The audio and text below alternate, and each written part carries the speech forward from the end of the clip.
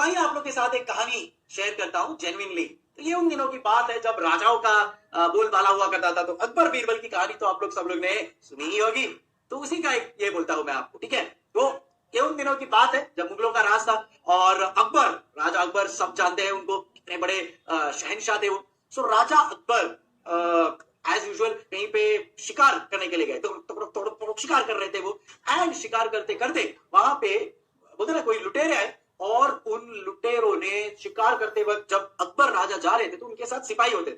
Obviously राजा है तो आप अकेले तो नहीं जाओगे। तो राजा अकबर और उनके साथ कुछ 8-10 सिपाही थे। तो जा रहे थे, घने जंगल में गए, थोड़ा रात का टाइम हो गया। तो जब जा रहे थे तो वहां के जो लोकल लोग थे, जो जंगल में रहता ना कुछ लोकलाइट्स होते हैं उनके, वहां पे वो गए और वहां के लोकलाइट्स ने जो भी सिपाही थे ना सबको मार दिया। राजा अकबर को भी मारने की कोशिश की पर राजा अकबर बच गए और फिर उनको राजा अकबर को उन्होंने घेर लिया। अब राजा तो राजा है, वो उसको पता है। वो जो लोग थे उधर लुटेरे लोग थे उनको तो ये चीज नहीं पता कि ये राजा है।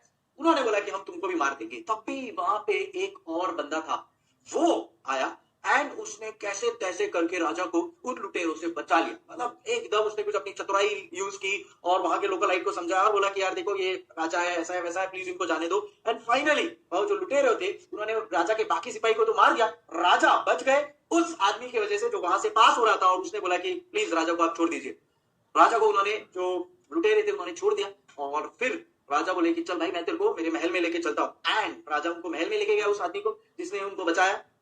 एंड उस आदमी को बोला कि मांग, तुझे जो मांगना है, तूने आज मेरी जान बचाई, तुझे अपने से पूरा महल मांगेगा ना मैं तेरे को वो भी दे दूंगा। तूने मेरी जान बचाई, क्योंकि भाई जान ही नहीं रहेगी तो मैं ये महल का करूंगा क्या। तूने मेरी जान बचाई है, जो तू मांगेगा मुंह मांगा मैं दूंगा। और पूरे दरबार में राजा ने ऐलान किया। मतलब वहां पे ऐसे आपने वो जोधा अकबर मूवी देखी है, देखना, तो उसमें ऐसे ही वो ऋतिक रोशन वाली बोलो तो उसमें ऐसे बैठा होता है वो और एक बड़ा दरबार होता है।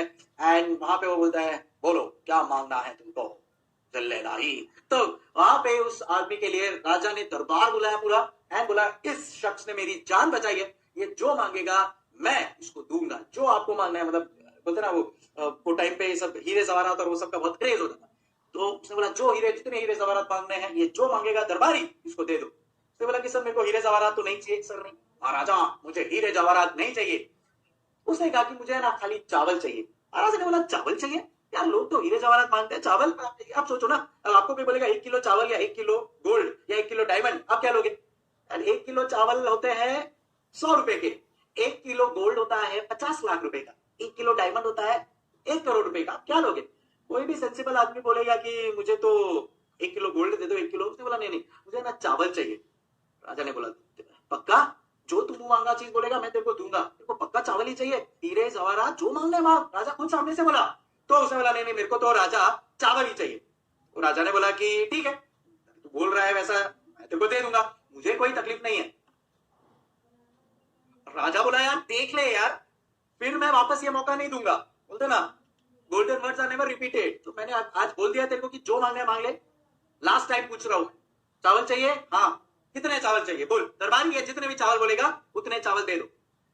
जी जो हुकुम सरकार। ठीक है। उसने तभी पूरे दरबार में ऐलान किया कि मेरे को एक शतरंज होता है ना, शतरंज, क्या आपने शतरंज देखा है? Chess board. सरकार राजा मुझे जो चेस बोर्ड है ना उसके हिसाब से चावल चाहिए। हाँ मांगो बेशक मिलेंगे। पहले वाले हिस्से पे 1 चावल का टुकड़ा रखिएगा, दूसरे वाले पे उसका दुगना, तीसरे वाले पे दूसरे वाले का दुगना, चौथे वाले पे तीसरे वाले का दुगना। दुगना मतलब डबल। ओके, सो फर्स्ट पे डबल, फर्स्ट पे 1, सेकंड पे डबल ऑफ 1, थर्ड पे डबल ऑफ 2, फोर्थ पे डबल ऑफ 3, फिफ्थ पे डबल ऑफ 4। बस इतना ही मुझे चाहिए।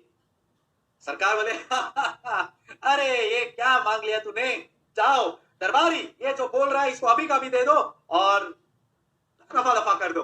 ठीक है, आपने मेरी जान बचाई, बहुत खुश हुए हम, और आगे कुछ हमारे लायक काम होगा तो बताना। उसने बोला ठीक है। राजा को बोला okay thank you tata bye bye, गया। एंड फिर दरबारी ने करना चालू कर दिया। 1 घंटे बाद वो राजा के पास आए। बोले राजा राजा राजा राजा, एकदम डरे हुए। राजा इतना सारा चावल तो अपने पास है ही नहीं। राजा एकदम शॉक, क्या क्या क्या नहीं है मतलब? अरे इसने मांगा है इसको देना ही है, कहीं से भी लेकर आओ। अरे राजा इतना सारा चावल तो आज तक इस पूरी धरती पर नहीं बना है क्या? राजा वॉज शॉक्ड। राजा बोला कि ऐसे कैसे पॉसिबल है, क्योंकि राजा ने तो प्रॉमिस किया है, उसने तो वचन दिया है, और वो टाइम पे तो राजा का वचन ही उसका शासन होता था। राजा ने उसको वो टाइम पे बोला भी था, तू जो मांगेगा अगर वो मैं नहीं दे पाऊंगा ना, तो तेरे को मैं पूरा का पूरा ये मेरा किंगडम दे दूंगा। उसके दरबारी आए, बोले कि हाँ राजा, नहीं नहीं हो पाएगा। अब आप सोच रहे हो कि यार इतना कितना चावल मांगा, एक चेस बोर्ड के जितना ही तो चावल मांगा है। जरा आप आपके लिए होगा क्या, आप कैलकुलेट करना कभी कितना होता है ये। 1 2 4 8 16 32 64 करते जाओ टोटल 8 by 8 मतलब अप्रोक्सीमेटली 64 वो होते हैं ब्लॉक्स होते हैं, करते जाओ। आपके ना गिनती भूल जाओगे, आपका ना कैलकुलेटर कैलकुलेट नहीं कर पाएगा, इतना ज्यादा होता है जी। हाँ, and this is called as power of compounding. Start तो एक के साथ ही हुआ था ना, स्टार्ट तो एक के साथ ही हुआ था ना, एक चावल के साथ ही। खाली 64 तक पहुंचते पहुंचते ना इतना नंबर हो गया कि कैलकुलेटर भी कम पड़ जाए। यस, ऐसा ही होता है। क्या वॉरेन बफे का नाम सुना है?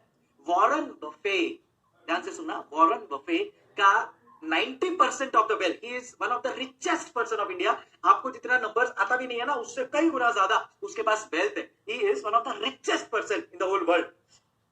उसका 90% of wealth came after he was 65।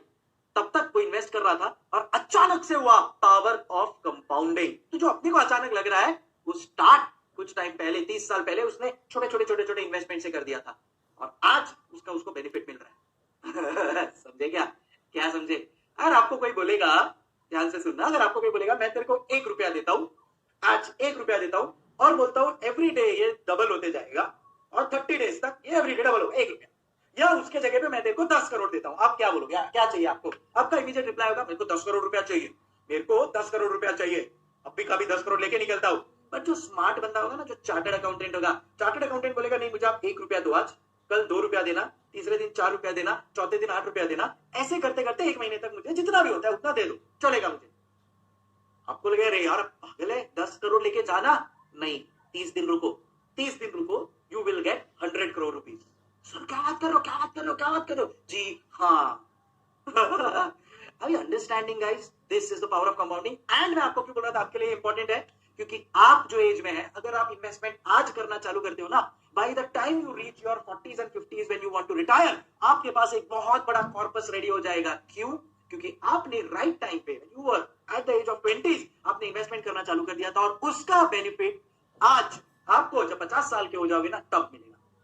सब जुगड़ू क्या? यही है पावर ऑफ कंपाउंडिंग। छोटे छोटे से स्टार्ट होता है, यही है power of Kaisen, continuous improvement, small levels पे होता है, पर जब इसका बेनिफिट आता है ना, इट इज अनसरमाउंटेबल, मतलब अनएक्सपेक्टेड।